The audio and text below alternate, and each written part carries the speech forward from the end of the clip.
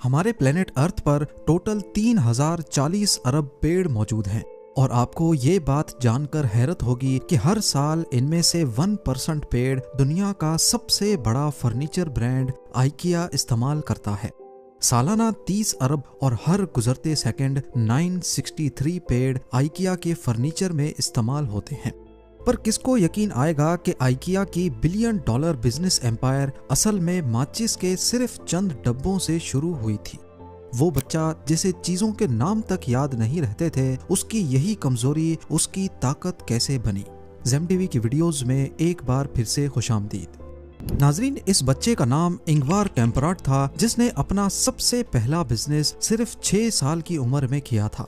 उसकी फैमिली ने देखा कि ये बच्चा दूसरों से काफी डिफरेंट है और इसमें बिजनेस करने की सलाहियत मौजूद है। उसकी दादी ने उसको 88 स्वीडिश सेंट्स दिए, जिससे इंगवार ने 100 माचिस खरीदे।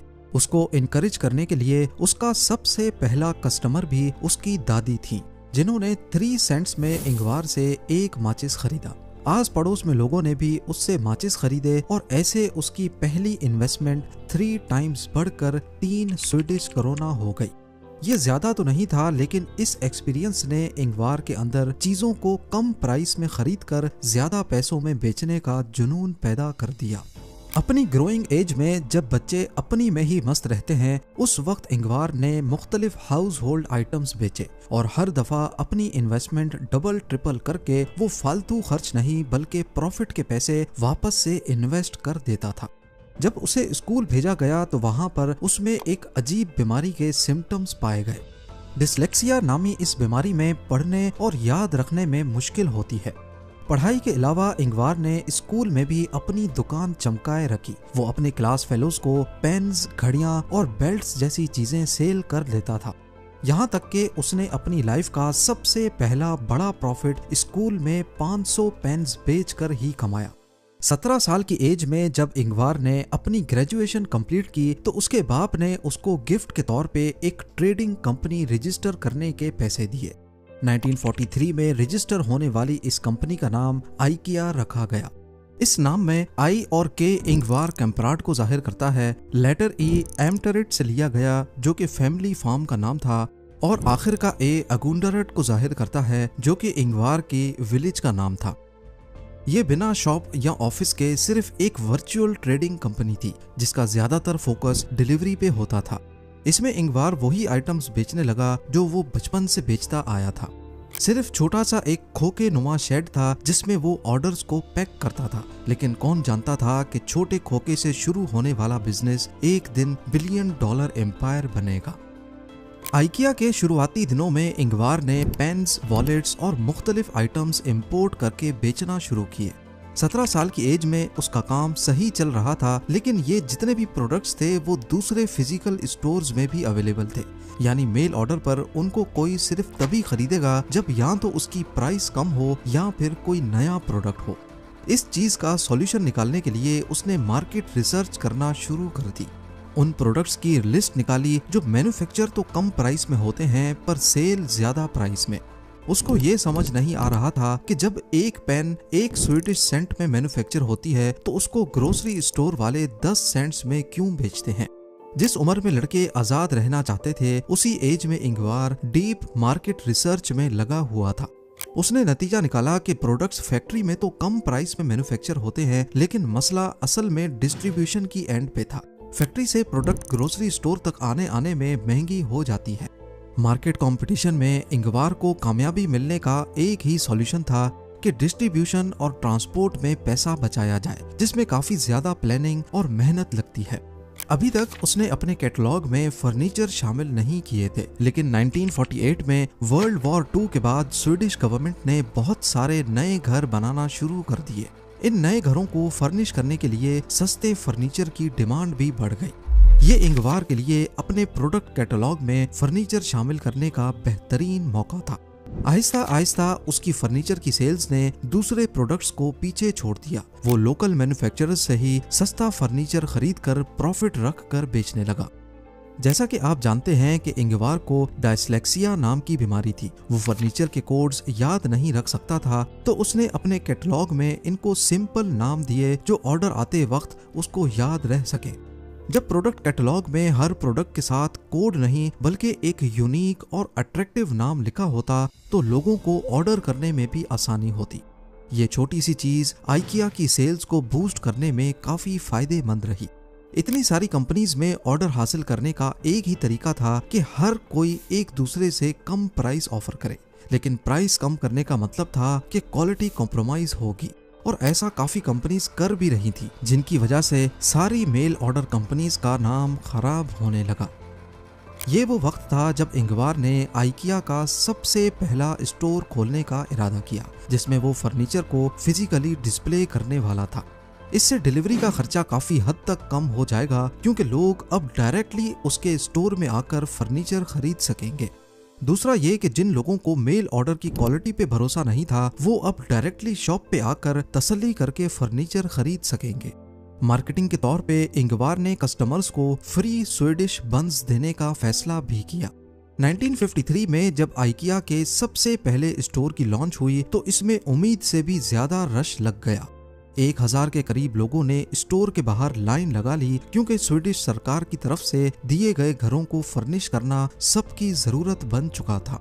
इंगवार की ये स्ट्रेटेजी काम कर रही थी। वो लोगों को कैटलॉग तो मेल करता ही था, लेकिन फिजिकल स्टोर की वजह से कस्टमर्स डायरेक्टली शॉप पर आ जाते थे। ये पहली मेल ऑर्डर कंपनी थी जिसने अपना फिजिकल स्टोर भी बनाया। इंगवार ने अपने स्टोर के साथ एक पूल भी बनवा लिया, जिससे आइकिया अब टाउन में एक टूरिस्ट स्पॉट बन गया। लोग आउटिंग करने निकलते थे और साथ साथ कुछ खरीद भी लेते थे। आइकिया तेजी से कामयाबी की सीढ़ियां पार करता जा रहा था, पर इंगवार को ये मालूम नहीं था कि दूसरे रिटेल फर्नीचर स्टोर्स अब उसके रास्ते में बड़ी रुकावट बनने वाले हैं। 1950s में आइकिया बहुत तेजी से बढ़ रहा था और ये बात स्वीडिश फर्नीचर डीलर्स को हजम नहीं हो रही थी। उसके मुखालिफ अभी तक पुराने मेल ऑर्डर मॉडल का इस्तेमाल कर रहे थे, इसलिए वो आइकिया के सस्ते दामों का मुकाबला नहीं कर सकते थे। फर्नीचर डीलर्स ने आइकिया को रोकने के लिए हर मुमकिन कोशिश की। पहले ट्रेड फेयर्स में आइकिया को बेचने पर पाबंदी लगवाई, क्योंकि जब भी कोई फेयर होता तो वहां आइकिया के स्टॉल पे सबसे ज्यादा रश होता। और ऐसा इसी वजह से हो रहा था क्योंकि बाकी स्टॉल्स सिर्फ कैटलॉग लेके बैठते थे, वहीं आइकिया के स्टॉल पर रियल फर्नीचर भी देखा जा सकता था। फिर डीलर्स ने कैटलॉग में लिखी प्राइस पर भी पाबंदी लगवा दी, क्योंकि इनमें सबसे कम प्राइस आइकिया की होती। इस बार आइकिया ने अपना खुद का ट्रेड फेयर लगा लिया, जिसमें उसको रोकने वाला कोई नहीं था। इसके जवाब में डीलर्स ने आइकिया के सप्लायर्स को धमकी दी कि अगर उन्होंने आइकिया को फर्नीचर बेचा तो वो उनसे खरीदना बंद कर देंगे। सप्लायर्स ने डर के मारे आइकिया को सप्लाई करना बंद कर दिया। ये इंगवार पर होने वाला डायरेक्ट हमला था, जिसने आइकिया की सेल्स को भी काफी अफेक्ट किया। लेकिन फिर इंगवार ने एक ऐसा तरीका निकाला कि सप्लायर्स आइकिया को फर्नीचर सप्लाई करने पर मजबूर हो गए। जहां दूसरे रिटेलर्स सप्लायर्स को 3 महीने में पेमेंट करते थे, आइकिया ने अनाउंस किया कि वो सिर्फ 10 दिनों में पेमेंट करेगा। इससे सप्लायर्स ने चुप चुप कर आइकिया को रात के अंधेरे में सप्लाई करना शुरू कर दिया। इसी बीच आइकिया ने अपने खुद के डिजाइन्स भी बनवाए और पोलैंड से वुडन चेयर्स भी बनवाई, जो कि दूसरे रिटेलर्स के वहमो गुमान में भी नहीं था। इस तरह बाइकॉट ने आइकिया को कमजोर करने के बजाय मजीद मजबूत बनाया और वो अपने मुखालिफों के हर वार से बच निकला। एक दिन आइकिया के एक एम्प्लॉय ने नोट किया कि एक कस्टमर अपनी कार में टेबल को फिट करने की कोशिश कर रहा है, लेकिन टेबल फिट नहीं आ रही। उसने मशवरा दिया कि क्यों ना टेबल के पांव उतार दिए जाएं। इस आइडिया ने तो जैसे आइकिया का फ्यूचर ही बदल दिया। टेबल के पांव आसानी से उतार कर वापस लगाए जा सकते थे और इंगवार ने फौरन इस आइडिया को अपने बिजनेस की बैकबोन बना दिया। फ्लैट पैक फर्नीचर बनाने से आइकिया का फर्नीचर ज्यादा कॉम्पैक्ट हो गया, जिसे स्टोर और ट्रांसपोर्ट करना सस्ता और आसान हो गया। डैमेज का खतरा भी कम हो गया और कस्टमर्स अपना फर्नीचर सेम डे घर ले जा सकते थे। इससे आइकिया को कॉस्ट कट करने और जल्दी डिलीवरी का फायदा मिला। कस्टमर्स खुद अपना फर्नीचर असेंबल करते थे और उनकी अपने फर्नीचर के साथ ज्यादा इमोशनल अटैचमेंट होती थी। ये नया तरीका इतना वायरल हुआ कि लोगों ने इसको आइकिया इफेक्ट कहना शुरू कर दिया। फर्नीचर इंडस्ट्री में डिसअसेंबल्ड फर्नीचर का कॉन्सेप्ट पहली बार आइकिया ने ही मुतारिफ करवाया, जिसे आज पूरी दुनिया में इस्तेमाल किया जाता है। मैन्युफैक्चरिंग करते वक्त फर्नीचर में ऐसी प्रॉपर्टीज रखी जाती हैं जिससे वो डिसअसेंबल होकर कम खर्च में डिलीवर हो सकें। आइकिया के पहले स्टोर की कामयाबी के बाद इंगवार ने एक नया और बड़ा स्टोर खोलने का फैसला किया, जो स्वीडन के कैपिटल स्टॉकहोम के बाहर एक सस्ती जगह पर था। ये स्टोर 8 फुटबॉल फील्ड्स जितना बड़ा और 3 मंजिलों पर मुश्तमिल था। इंगवार ने कस्टमर्स की साइकोलॉजी को समझकर स्टोर का लेआउट बनाया। स्टोर में एक ही एंट्रेंस और एग्जिट रखी गई। कस्टमर्स एक रास्ते पर चलकर पूरे स्टोर को देखते थे, जिससे कोई भी चीज उनकी आंखों से मिस नहीं होती थी और वो ऐसी चीजें भी खरीद लेते जो प्लान में नहीं होती थी। आइकिया का लेआउट ऐसा बनाया गया कि कस्टमर्स ज्यादा वक्त अंदर गुजारते, पर मसला ये था कि दोपहर के वक्त स्टोर खाली हो जाता था। इंगवार ने नोटिस किया कि ऐसा इस वजह से हो रहा है क्योंकि लोग लंच ब्रेक के लिए निकलते हैं फिर वापस नहीं आते। लिहाजा इंगवार ने आइकिया स्टोर के अंदर ही एक रेस्टोरेंट भी खोल लिया। इंगवार की सोच बिल्कुल सही साबित हुई। रेस्टोरेंट खोलने के बाद कस्टमर्स देर तक स्टोर में ही रहते और भूख लगने की सूरत में वहीं से खाना खा लेते। इंगवार के पास अब एक ऐसा बिजनेस मॉडल था जिसकी बस सिर्फ कॉपीज बनानी थी। 1965 में एक नया स्टोर खोला जिसमें पहले दिन 18,000 लोग गए। 1973 तक आइकिया बहुत सक्सेसफुल हो चुका था। अब इंगवार चाहता था कि आइकिया का नाम उसके बाद भी जिंदा रहे। इसके लिए उसने एक खास प्लान बनाया, एक ऐसा प्लान जो उस पर चोरी का इल्जाम लगाने वाला था। जी हाँ, इंगवार का ख्वाब था कि उसके बच्चे आइकिया का बिजनेस विरासत में लें, लेकिन स्वीडन में इनहेरिटेंस टैक्सेस बहुत ज्यादा थे। स्वीडन में पहले विरासत में मिलने वाली जायदाद पर बहुत ज्यादा टैक्स होता था।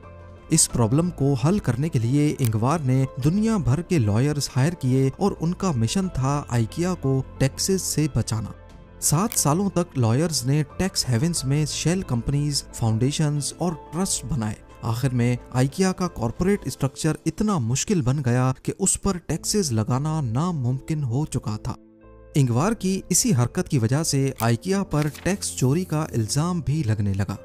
और जैसा कि दुनिया का कानून है कि तरक्की करने वाले की टांगें सभी खींचते हैं, 1980s में आइकिया पर एक और इल्जाम भी लगा था। ईस्ट जर्मनी में कुछ फैक्ट्रीज थीं जहां बनने वाला फर्नीचर आइकिया में जाता था, लेकिन उनमें से चंद कंपनीज में कैदियों से जबरदस्ती काम करवाया जाता था, जिसका कसूरवार लोगों ने आइकिया को ठहराना शुरू कर दिया। बाद में जब ये इल्जाम साबित हो गया तो आइकिया की मैनेजमेंट ने एक पब्लिक अपॉलॉजी लिखकर लोगों से माफी भी मांगी। 1990s में आइकिया के 70 से ज्यादा नए स्टोर्स खोले गए और 2008 में आइकिया दुनिया की सबसे बड़ी फर्नीचर कंपनी बन गई। 2018 में इंगवार कैम्प्राड 91 ईयर्स की एज में दुनिया को छोड़ गए। आज दुनिया भर में आइकिया के 473 स्टोर्स हैं और हर साल 2000 से ज्यादा नए प्रोडक्ट्स लॉन्च होते हैं। इन प्रोडक्ट्स की खास बात यह है कि आज भी हर प्रोडक्ट को स्वीडिश वर्ड्स दिए जाते हैं, जिसकी शुरुआत इंगवार कैम्प्राड ने अपनी डायस्लेक्सिया की बीमारी की वजह से की थी। उम्मीद है जेम टीवी की ये वीडियो भी आप लोग भरपूर लाइक और शेयर करेंगे। आप लोगों के प्यार भरे कमेंट्स का बेहद शुक्रिया। मिलते हैं अगली शानदार वीडियो में।